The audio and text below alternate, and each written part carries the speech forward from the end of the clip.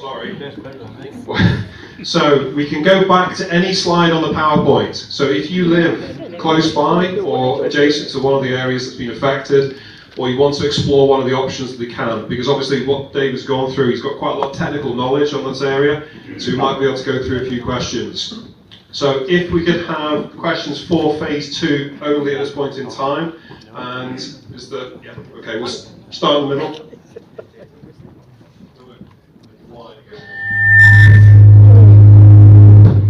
Horrible.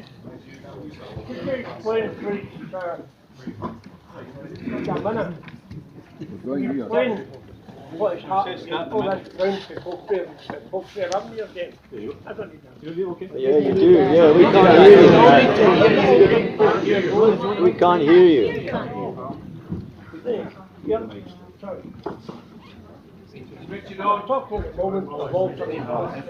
Oh, there's no.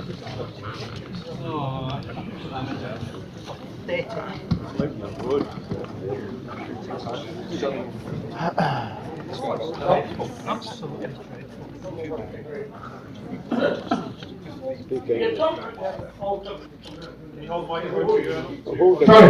there is no where to move the Folkfair Road.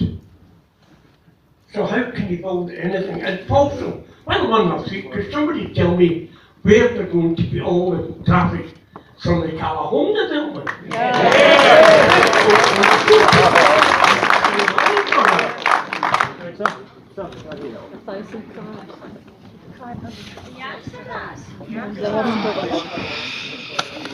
They just wouldn't get it if we actually told them what the answer to that is. Can you hear me? Is that working now?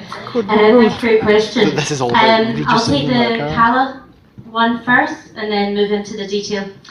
The traffic modelling is when you carry out the transport modelling process, you take into account all committed developments. So it looks at anything that is within the local development plan. You may not yet have a developer on site. It may never actually be built out, but you take that into account. Cala is included in that traffic model, and so are other sort of developments right throughout the area. Not just on the 81, but further afield, because we take that into account that they'll use the 81 as their key route into the city centre or for other journeys. And then to respond, can I just respond to your question? Okay, but if I just respond to that question first. So when we are looking at the widening of the junction at Beauclair, initial design has been carried out and we have looked at the availability there. There is a wider lane heading. If you look at the wider lane heading north, there've been measures carried out on site. Obviously, this is not detailed design at this stage. So what we're showing is indicative layouts, and so that we can discuss the principle of these proposals.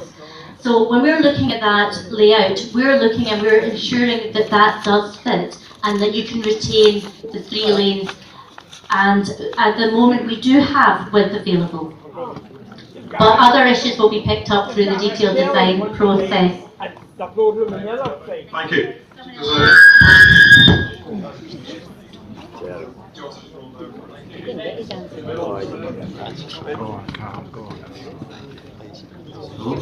I'd just like to indicate my support for what the council's doing, and also express my regret that certain people in here have not done the staff the courtesy of listening. It'd be nice if we could have a civilised process and not a rabble. Oh, lovely.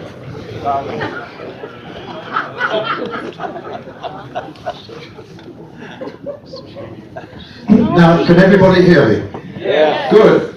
First of all, the young lady up there, I'd like to congratulate you on trying to defend the indefensible.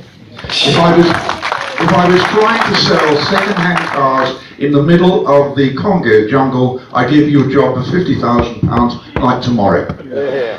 What really frightens me here is that nobody who's talked to us tonight seems to have hit the 2 vital key factors of this scheme. Have any of you accepted, realised, or admitted to us that whatever what you've done in phase 1 and all your proposals in phase 2 are going to reduce the volume of the road available for traffic. That means you're going to get more congestion. Now, there's a report from me to my councillor and also to your project manager, which was posted today, and on Tuesday morning of this week, a glorious morning when all the cyclists should have been dying to get into their saddles, between 8 o'clock and 9 o'clock, 1,206 vehicles entered and came out of what the council calls the A81 corridor. Of those vehicles, 27 were push bikes. 2.34%. How do you justify allocating 25% of the road to 2.34% of the users? Thank you very much.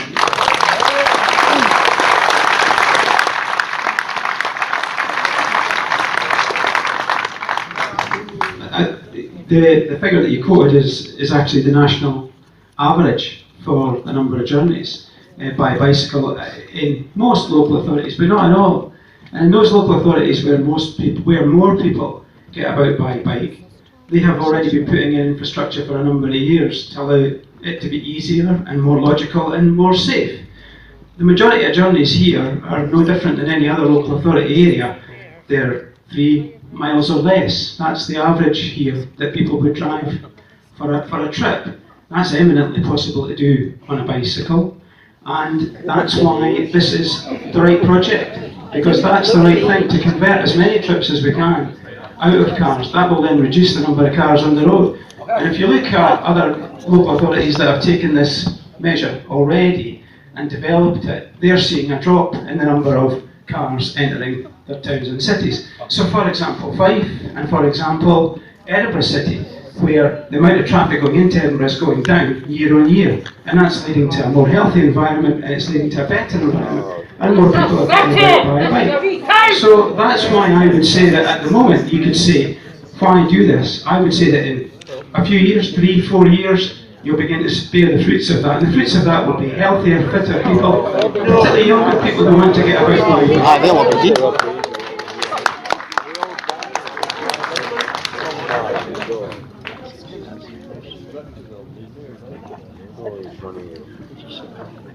Just like to say, what you're saying. I'd like to say about housing, what I heard it, Fisher people and here and everything else.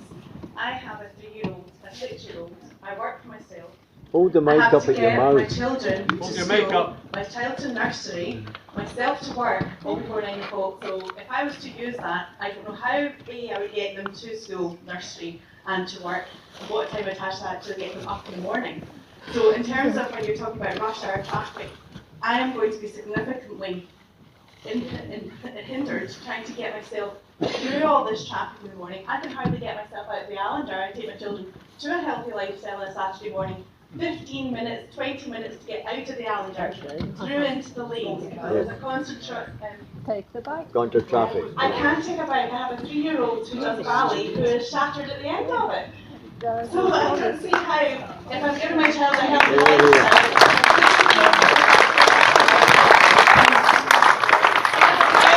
so they actually have some grace, some poise, some coordination. Yes, okay, a bicycle would be nice. I take them round Liverpool, I take them round the park. That's when I take my children. I'm up an A1 where there's loads of pollution, where all they can really do is go to McDonald's.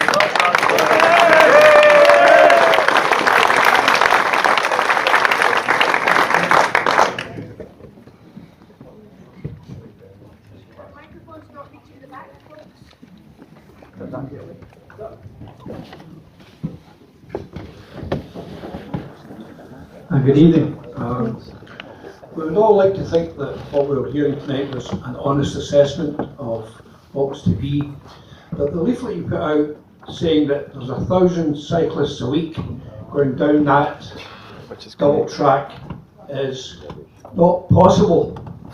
Because it works out that even a 15-hour day, it would be one cyclist every 6 minutes for 15 hours, 7 days a week. Do you find that an honest assessment of the usage?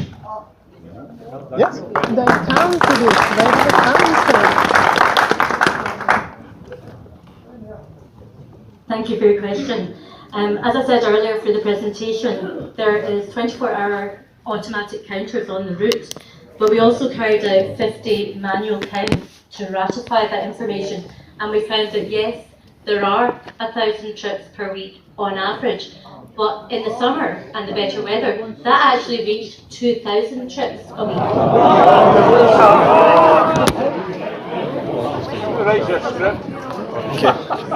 Cheers. Thank you very much.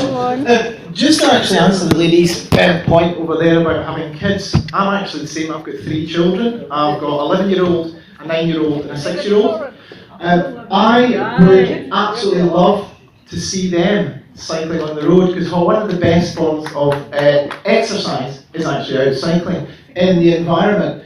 I have seen lots of children cycling on this road, and today, just yesterday, there was about a 6-year-old, I think, out with her mum cycling on this road, and it is absolutely fabulous to see that the road isn't just for motor vehicles, which, by the way, they're the things causing the pollution, not the cyclists.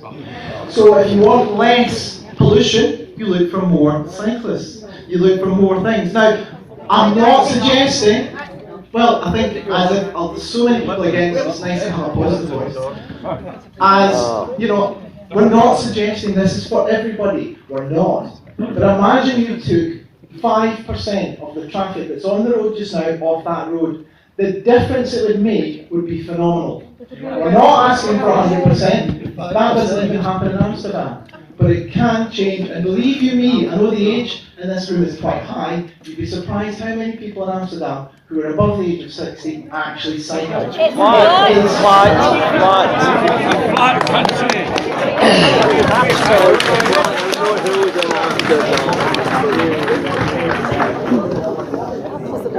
So, I would like to ask a question about phase 2. Phase 1 has caused very, very large, heavy good vehicles travelling up and down Bearsden Cross, and many people who live there are very, very angry about it. They no longer use Mogai Road. These heavy vehicles go up and down Drummond Road now. So what will happen if we now have a phase 2? Well, there'll be even more people. And the other thing I have to say is, yesterday I was in a huge queue going to Mogai in the traffic, and an ambulance was trying to get through traffic on the other side of the road, and he had his Kyson on twice, blue light, and he gave up and he shrugged his shoulders. Much to say, That's because the drivers weren't moving out of the way.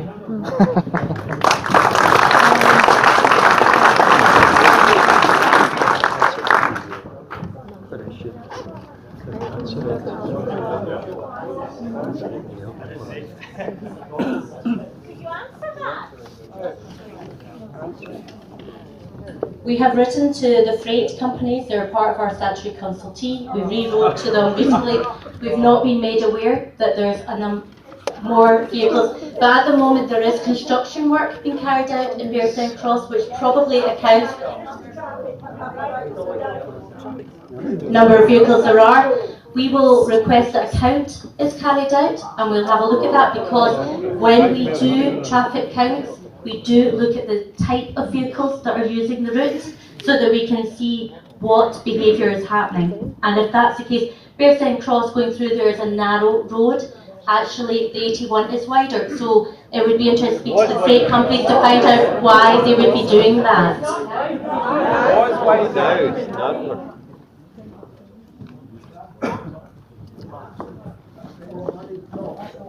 You know, Gary, most of the people here are against this, phase 1 and phase 2.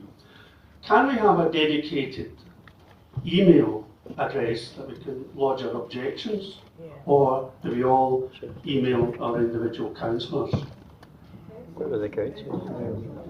We do have a dedicated email address. It's on the leaflet, and it is cycling@easternbarn.gov.uk. That one is manned, and we will respond to every email that we receive on that email address. And it's on the website, so if you wish to check the website, there's a contact there, but it's also on the leaflets. And we have collated all the email addresses that we've been received tonight, and we will write to all of you to keep you informed of progress.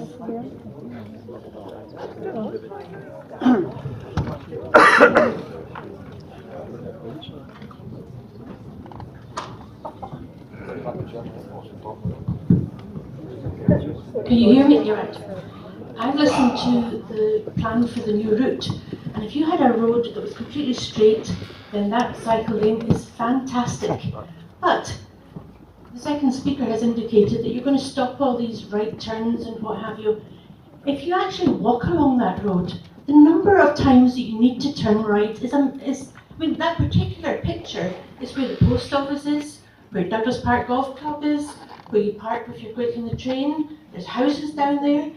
How do these people get into their properties if you're going to start blocking off right-hand turns? There were people doing U-turns all over the place.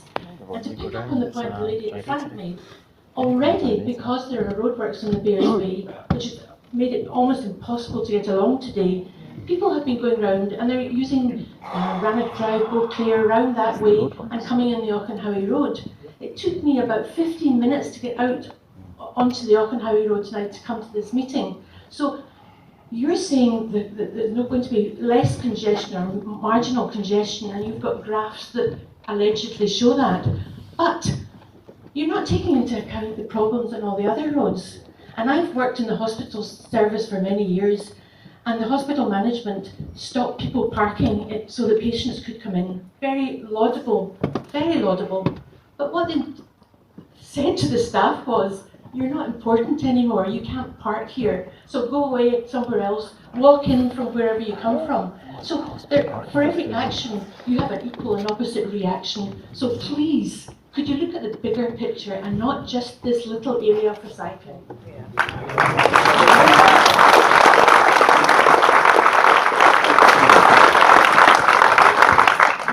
Just 1 second. I've just been made aware that there's some very young children in the audience, and it's been pointed out to me, and I probably should have made this very clear earlier why we don't shout in public, is that they're picking up on this. So if everyone who is asking a question,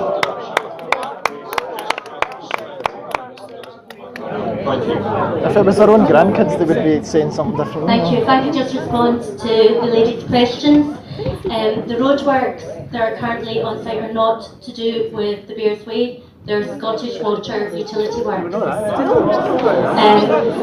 if I can also respond to the right turn question, we're not looking at banning all the right turns. What we're looking at is those 2 specific junctions where we're trying to accommodate issues that have been raised over a great number of years from local residents where they find it difficult to access Asda because there's no dedicated filter lane. We're looking at how can we make that junction work better for all road users and incorporate that right turn filter lane for a dedicated entrance point. Beauclair Junction, we're looking again at implementing a dedicated right-hand turn because we see that there's a conflict there, and we've been made aware over a number of events that that's an issue for car drivers. But we are not looking at banning other right turns along the route. Changing traffic lights.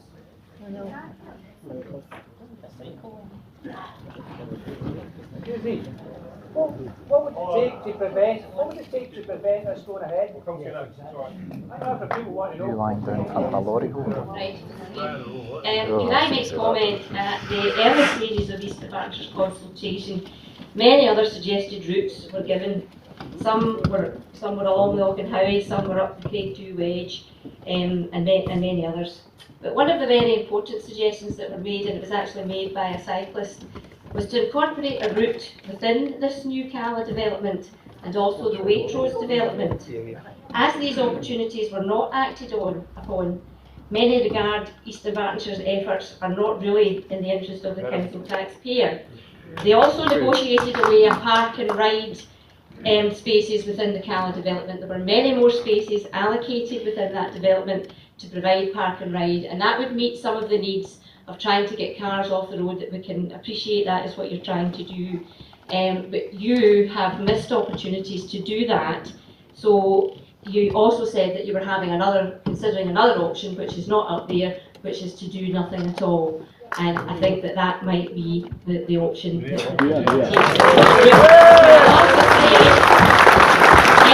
on, you quoted that these 1,000 cycle journeys are taking 1,000 cars off the road. That's not true. These are cycle journeys, but that could be made by the same individual. There's also I don't mean just one individual, but for example, my son-in-law cycles. He does 10 journeys a week, but he's only one person. So you've got to think what your routes, how your routes are going to, your information is broken up. And another thing is that you're going on about the health benefits. There are many other ways to take exercise and promote health. That cycling isn't just the only method of promoting health. And one final thing is, I think perhaps the answer to the question why you have gone with this A81 development is perhaps that's what the thing that Sustrans and the gentleman is there this evening, is that's what they're prepared to fund, and that's why you haven't looked at all the other suggestions and routes that were made to you.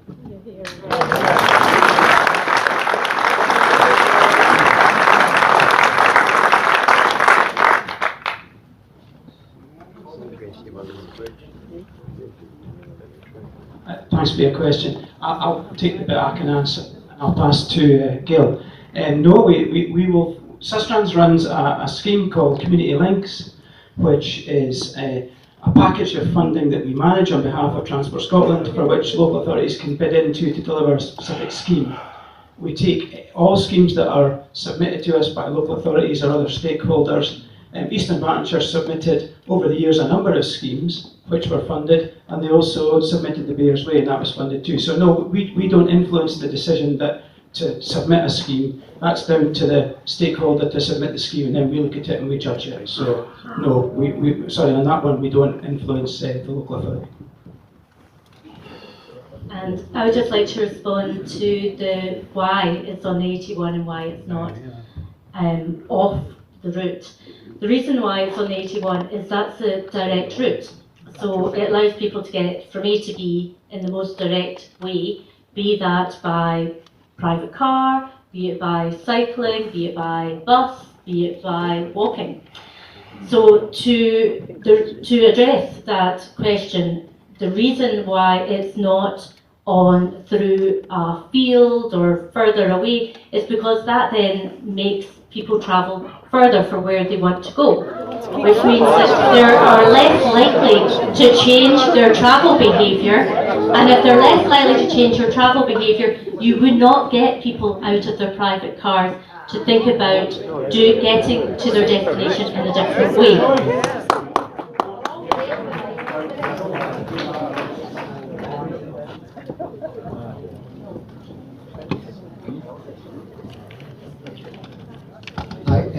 I'm a cyclist, and I much preferred the original cycle paths.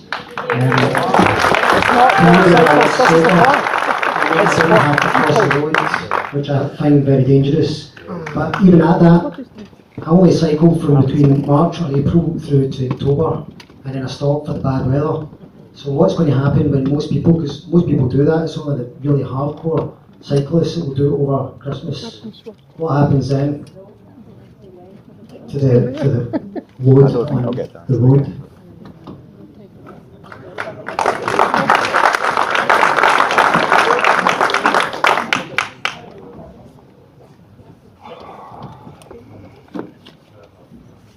Thank you for your question. I'll take first of all the question about the number that are cycling out with the summer-spring period. Our count is showing that we have in excess of 1,000. Now that's all weather, all seasons. And that's on a partially complete route. So that's a small stretch. If that was allowed to extend, then we would see greater numbers going.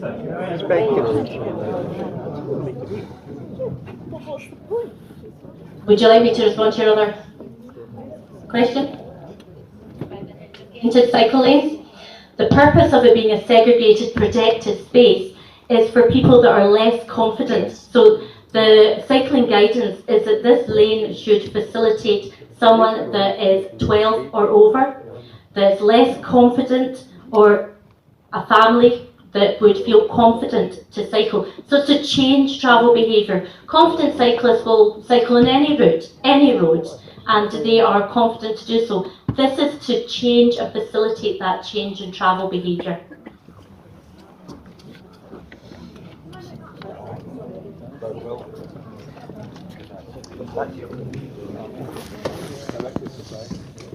Hi, I'd just like to ask a question that's been asked twice already tonight. You said earlier on you're going to make a recommendation coming out of this consultation. What would it make you recommend for progress?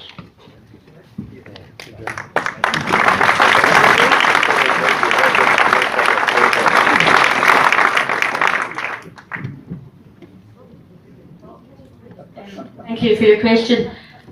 We'll be looking at all the information we receive, all the feedback, and there is a number of conflicting responses from people, and we will take that paper to Council, and Council will consider and Council will make a decision. The other thing about that is we found out through engagement to date that the current road layout from Hillfoot to Kensington, there's quite a lot of issues for all road users. The options we've looked at addresses a lot of these issues and improves the area for drivers, cyclists and pedestrians. Doing nothing, you'll get the status quo and it won't make any improvement to anyone, and congestion will just continue to increase. Doing something can address these issues, make the road work better for all users, not just cyclists. Oh.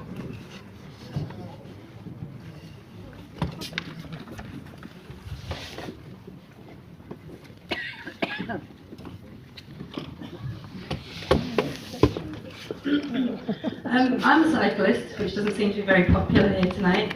I don't cycle as a hobby, I don't cycle in fair weather. I've cycled since I was 12. I cycled to school in London when I was growing up. I cycle here to get to work with my 3-year-old in a child seat on the back of a bike. It means I have to leave the house early because his nursery is at Charing Cross. I regularly cycle down the Bears Way. I'd like to speak very strongly against the option to do nothing, because what you have at the moment is a cycle path that actually stops in the middle of nowhere, and I then have to cycle on a busy bit of road with my 3-year-old on the back of my bike, and actually the road belongs to cyclists as well as to motorists. That's what the highway code says. So I'm not infringing on somebody else's road use by doing so.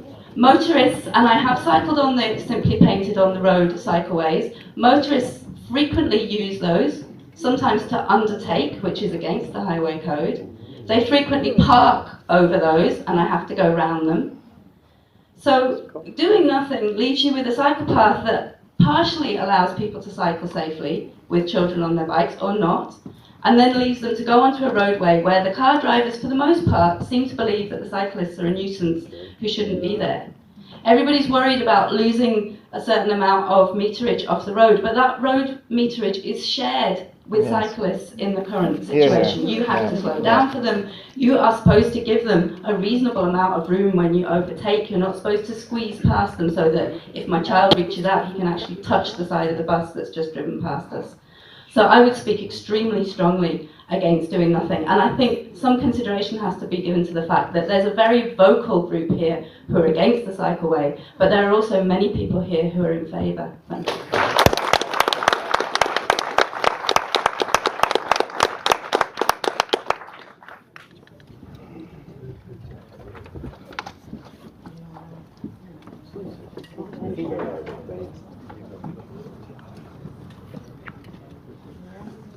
Hi Gail, I met you in 2011 and with Keith Small, and at that time we said the best thing you could do for the whole of the A81 is double yellow the lines at the railway, and that would clear all congestion.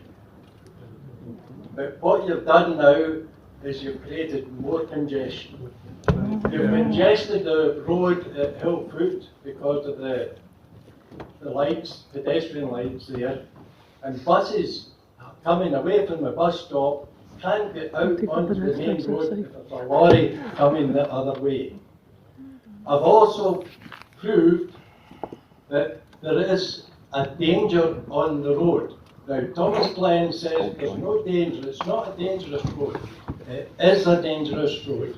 And I have seen lorries swaying passing Moss Head Road as they clear the island in a dangerous way.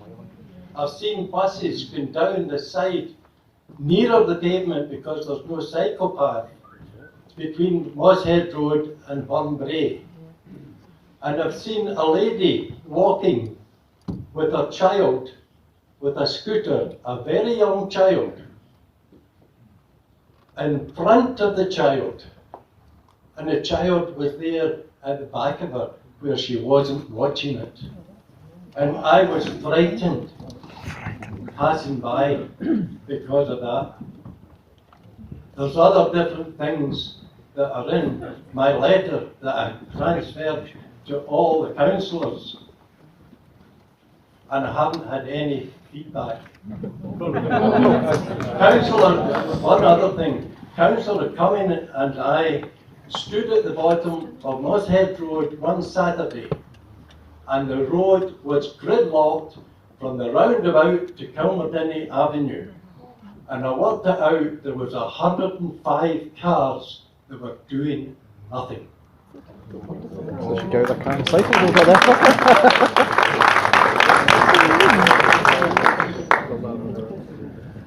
If I could just respond to the Hillfoot. We are looking at Hillfoot in detail for all road use here, and that is part of it, is relocating those vehicles so they're no longer parked on that bridge, and that because it does cause visibility issues, and it also makes it more difficult to turn right, and it causes delay to vehicles. So that will come forward with this work if it happens, or if not, if we are looking to bring that forward with the on-street amendments to the road traffic orders. With the parked cars, we are aware that there's an issue by the bus stop, and we're looking at putting a bus cage in there, but we also will look at raised bus stop curbs, forgot the word there, yeah, raised curbs, but also with consultation with First Bus, they're feeding into the process and what they would want to see, and they will be introduced as part of the design package.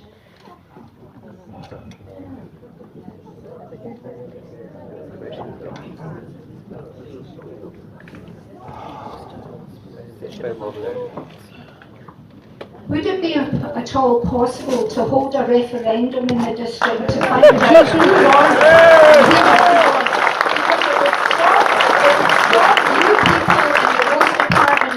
environment and everything else, wasting a whole lot of money putting this up when a referendum would give us all a piece of what we want within the district? We are the ones who pay the council tax.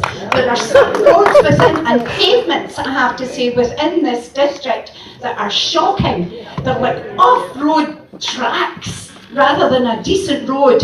There's a pavement in God's View with a hole in it, a hole.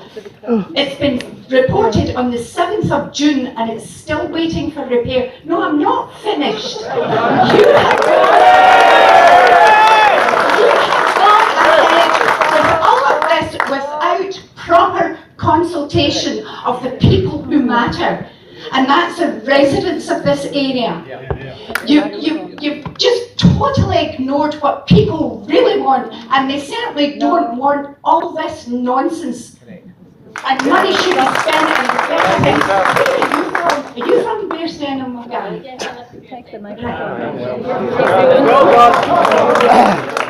And she doesn't have a foreign accent either. Oh, just as well she's not got colour, she's not black. Can I just ask a few questions? We've got half an hour until we have to leave the hall. I want to make sure that people who have a question about something that might be on the slide have an opportunity to talk about it if there's something specific. We'll come back to you. Is there anyone that has something specific that wants to look at something on the PowerPoint? Yeah, right at the back.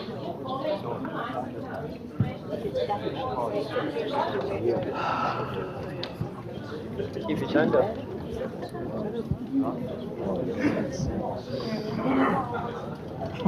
Thank you.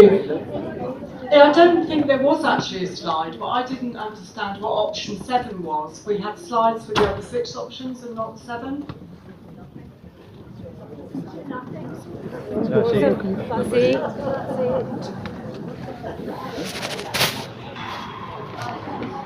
Yeah, so option 7 is a combination of the shared use on the east side and segregate on the east side. Because in some locations it might be better to share it, or it might be better to segregate it. So it's just a balance of the two. In certain locations, say at Buccleuch Junction, how a shared would work versus how a segregated would work for all road users. So it could be a combination of shared and segregated through certain junctions, or say through Hillfoot Station, it might be a small bit of shared use. So option 7 is just a combination of what works better at which location for shared versus segregated.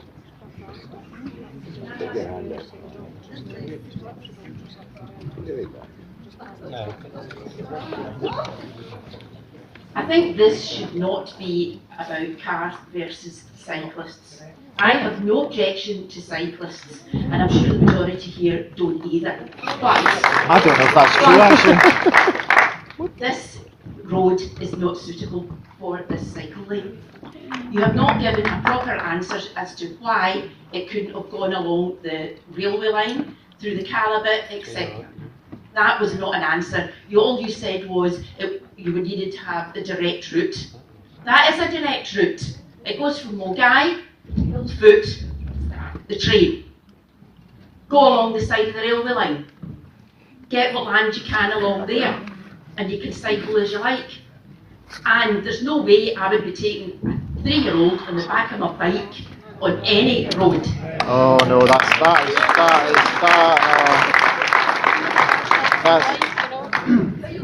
exactly.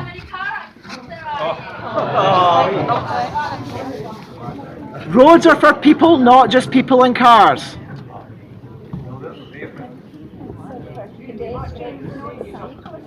I don't cycle on the pavement. Could I just... What's the work that's been done there? What's the narration to?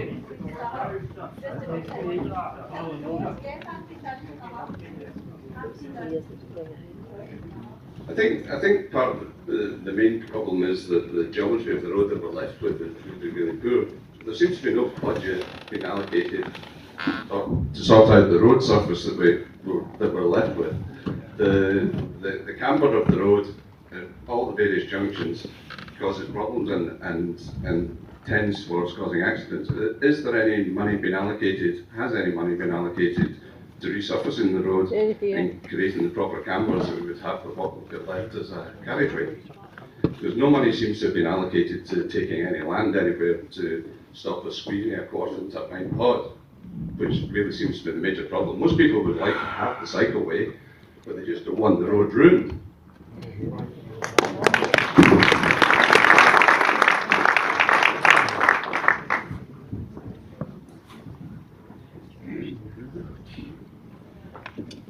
We have a capital programme that will look at and prioritise and rate roads and carriageways within the area. So each year there'll be a number that are worst rated that will be addressed that year. So the 81 will be on that list, but where it sits and what year, I don't know. But it was inspected and delivered in conjunction with our internal colleagues in the roads team, and they did not feel that there was a problem there, and they were part of that design team. I don't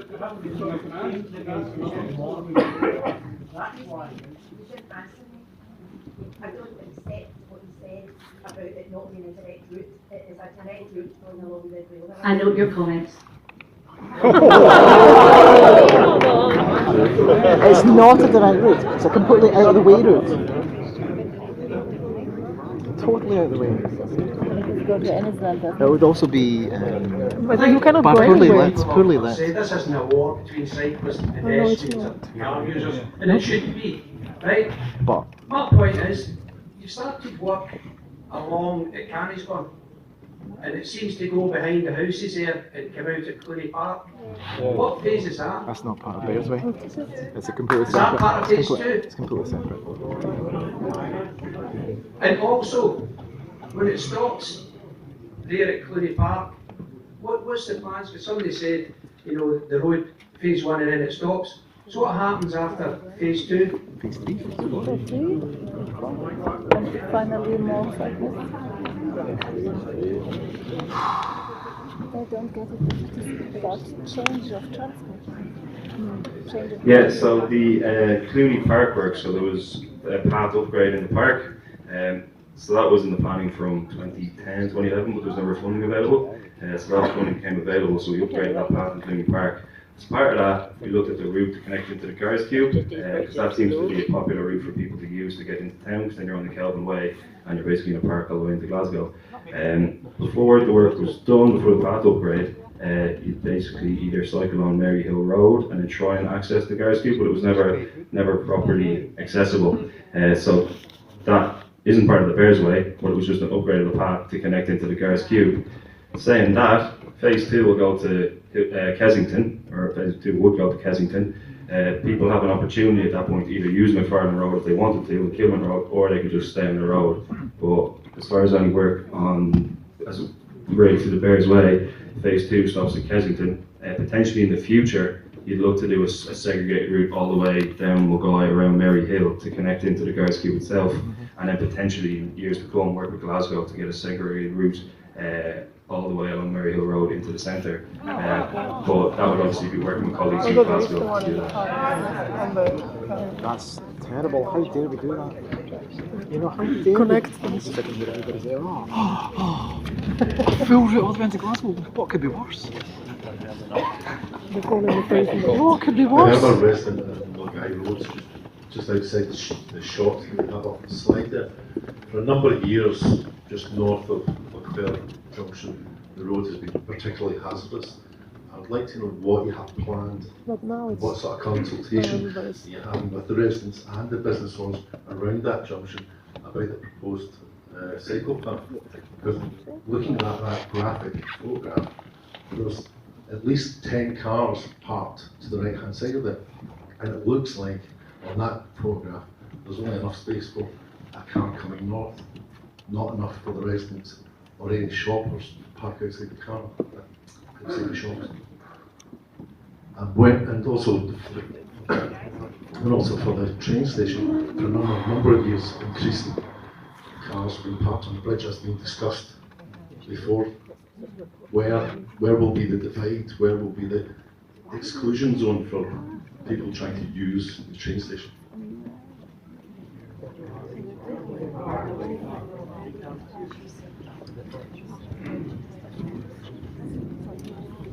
Thank you for your question. No, we're very aware that there's issues there with commuters, you've got residents, you've got shop owners. We've had initial conversations with the traders there. We would want to meet with the residents, but what came up in previous community council meetings I attended, the residents would be keen to see some sort of permit system there, so that they did have some space to park, because at the moment they find that if they leave their property, a long-term parker can be there from early in the morning till maybe 6, 7 o'clock at night. So we would be looking to work closely with the residents in that area to see if we can alleviate that issue. As I said earlier, with the parking strategy, we look at a carrot and stick approach. So you look at providing alternatives for people. So if you can encourage people to do their journey in a different way and not take the car because they have a high quality alternative, then there's a number of people that will view that as a carrot and they'll do something different.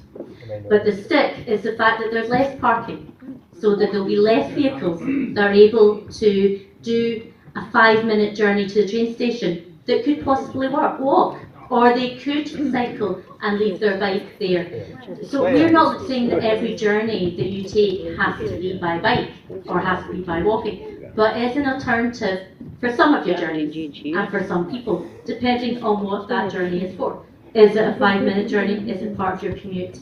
Well, we would be looking at a full parking strategy for that whole area and the issues of commuter parking, which is your long-term parking, but also your residents and your business visitors that are actually wanting the opportunity to be able to park for an hour, 2 hours, use the beautician and use the other businesses in the area that have told us regularly that they struggle because people can't do that.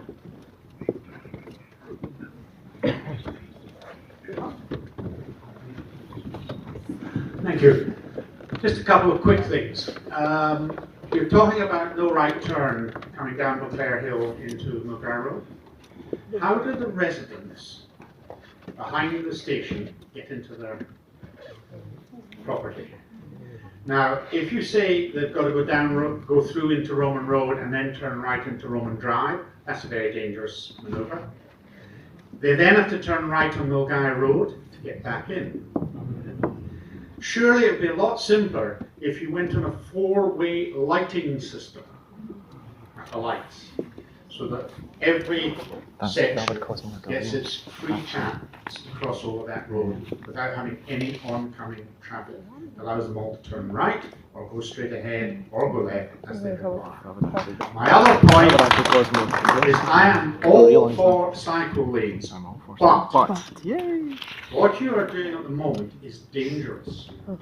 Not for the cars, although it could happen with the cars, but you've got this little curve area between the cycle lane and the main car. Now, if any of you watch the Olympics and watch the road race, the ladies' road race, you would see what happens when a bike hits the edge of one of these curves. And I just feel that for what you are trying to encourage, and I don't disagree with that, but a 10-year-old child with another, maybe with some friends, he looks around to make a comment, he swears, he hits that curve, he's straight over the curve, right in front of the car traffic, who do not have the ability now to swerve.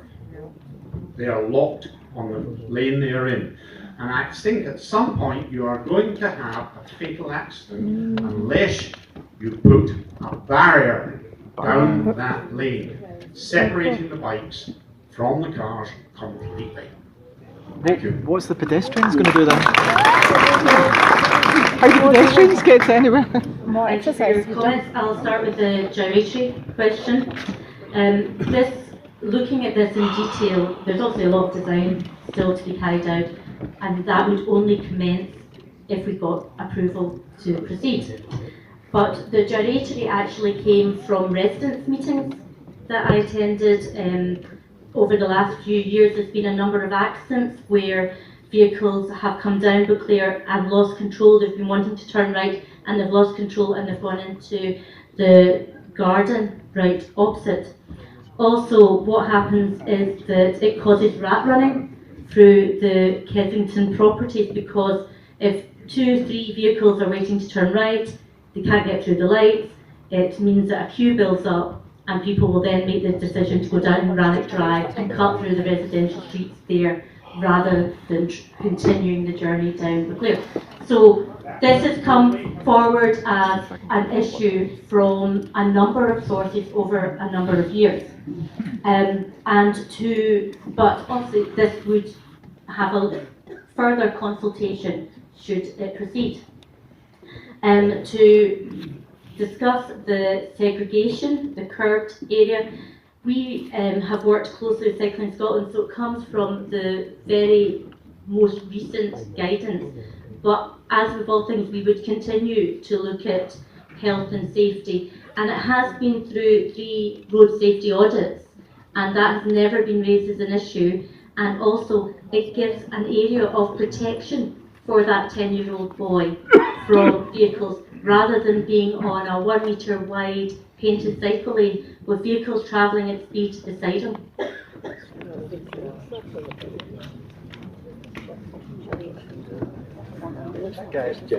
That man there's been happy with his hand up.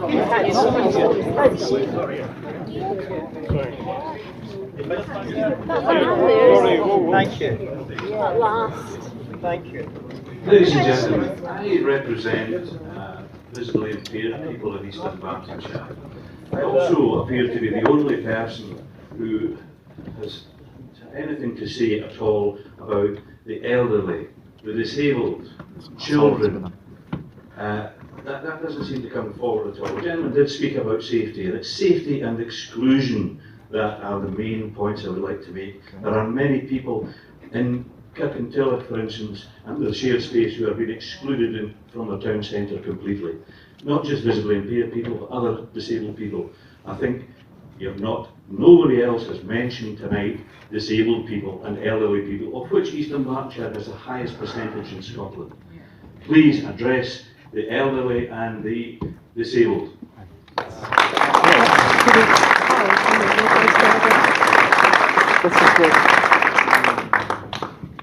Thank you for your comment. When we went through the presentation, we did raise as an issue, if we looked at shared cycleway with pedestrians, is that there is a risk of conflict there. And that risk is minimised if it's a segregated cycleway. So if it's segregated cycleway, pedestrians have a footway, cyclists are in segregated cycleway, and vehicles are on the carriageway.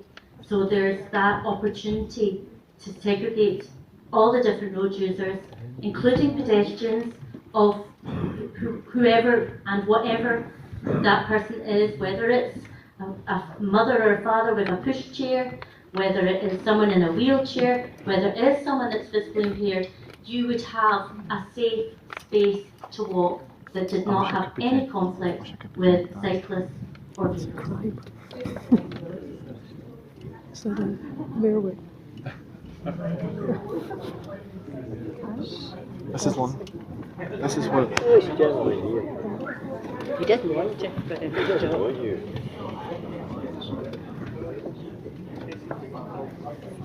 Hello. It's a crime. I'd like to point about some of the options that you have and about getting rid of congestion due to parked cars at Hillfoot area.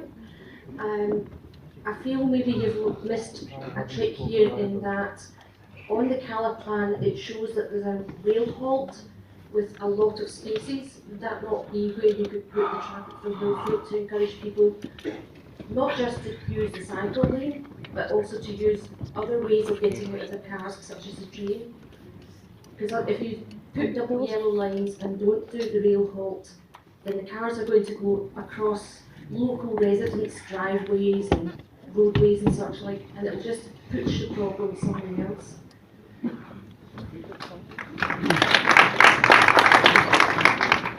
The rail halt remains an aspiration for the council, and we're working with Transport on that. We've recently put out to tender a further study that's been requested by Transport Scotland that will look to gather the evidence to keep the pressure on to try and get to that conclusion.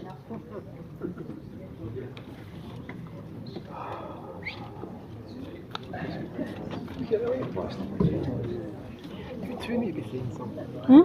You need to be saying something. Someone just like, they want to move, they I don't want to know that leave. you said the Scottish Government's aspiration was to have pedestrians first, then public transport next, and then last of all cars. But it's a nice aspiration, but is that the only reason why you haven't got a lay-by for buses to pull in so that there's no congestion and everybody else can drive past freely? There used to be a lay-by.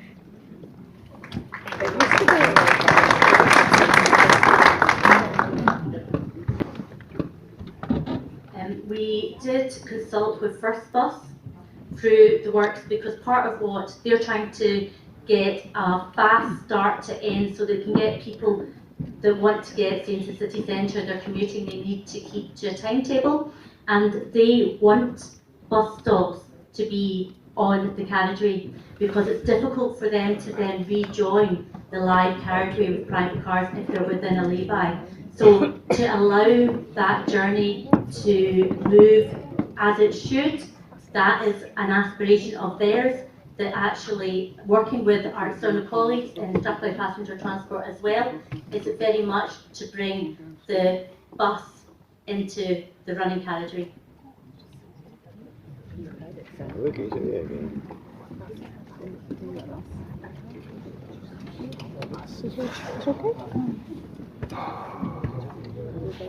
I'd like to say a few words about safety. The one group that's been missing in the whole meeting are the people who use the pavements. I stay on a cycleway. The drivers. And people here might be interested to know that the new cycleway is hardly used by any cyclists. Most of the cyclists seem to use the road. No, they don't. They don't. The figures don't show that. It's a lie. Downright lie.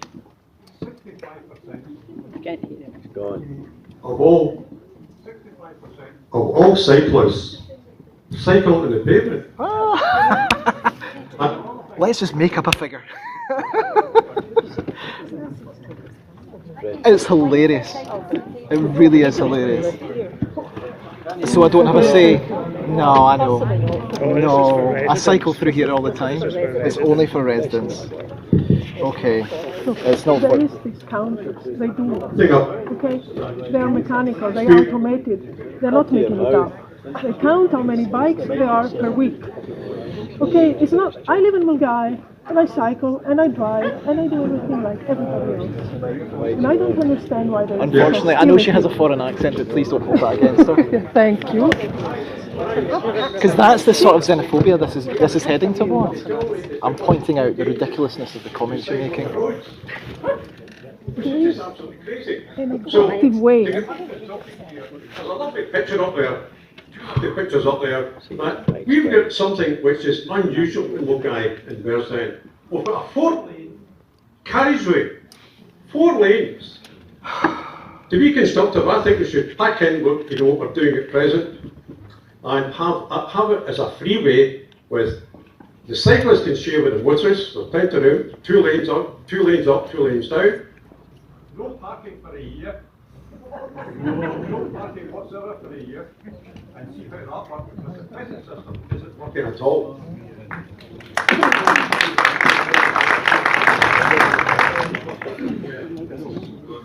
Okay, I'm conscious that we're coming towards the end of time, and there's a lot of people to get safely out of the hall. So what I'm going to ask you is, we're going to have 3 more questions to allow everyone to get out. So we've got 3 more questions left, okay?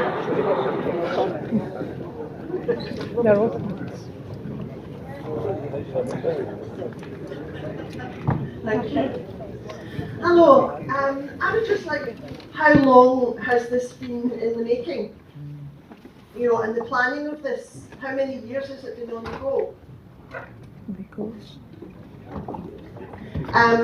The reason I'm asking this is the actual options that you're given on your leaflet here for option 2 and option 4 down at the Hillfoot shops actually shows a cycle path going right along the way on the right hand side going north.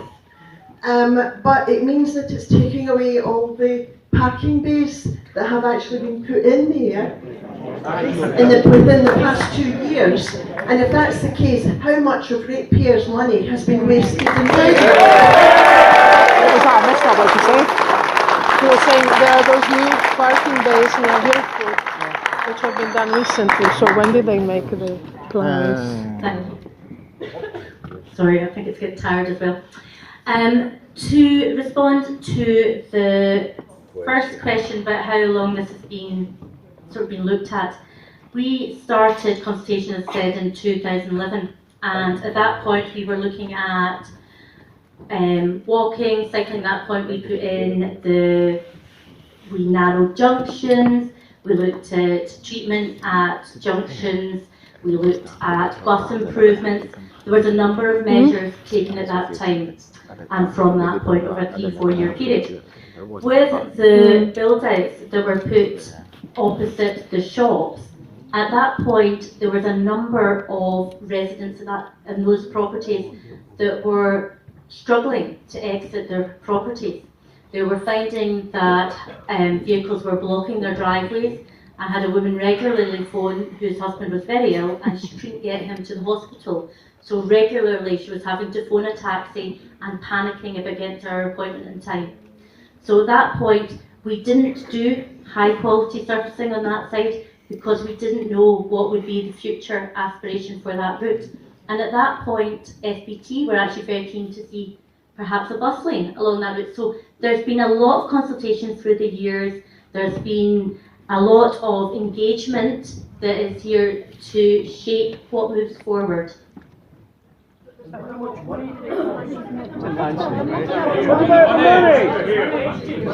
going to get you.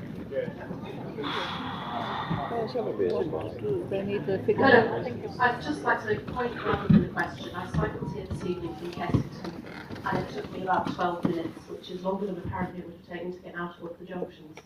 I would love to come to Milngavie and Bearsden, the Milngavie Bowling Club every Saturday morning when my 11-year-old is about to play in the junior club final, but I'm not going to cycle because I can't enter the current cycleway safely at Hillfoot with her. I can cycle safely to Falkirk with her, I can safely cycle to Clyde Bank with her, I can safely cycle halfway across Scotland with her. I can't come to Milngavie, and I'm kind of wondering, why would I want to? I'm thinking that there are 42% of households in East of Berkshire have access to a bicycle. There are 8,000 regular commuters who commute in and out of Glasgow every single day.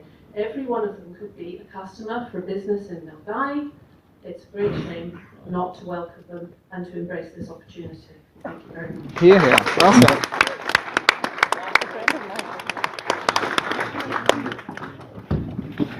Just one quick question, and that is, can you give us a timescale for this consultation? There's a lot of people tonight who haven't spoken, who will wish, no doubt, to comment. What is the timescale for us getting questions, comments to you, and for the councillors to be meeting a decision? What's the process?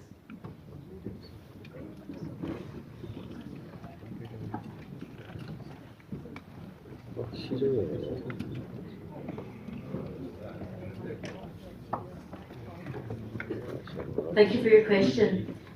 We have a further drop-in event next week. We also have a further public consultation event. However, we have our cycling email address, so we will be more than happy to take any comments from that and will respond to your issues and your comments. But we are aiming for taking a report to Council for consideration at the end of September. Okay,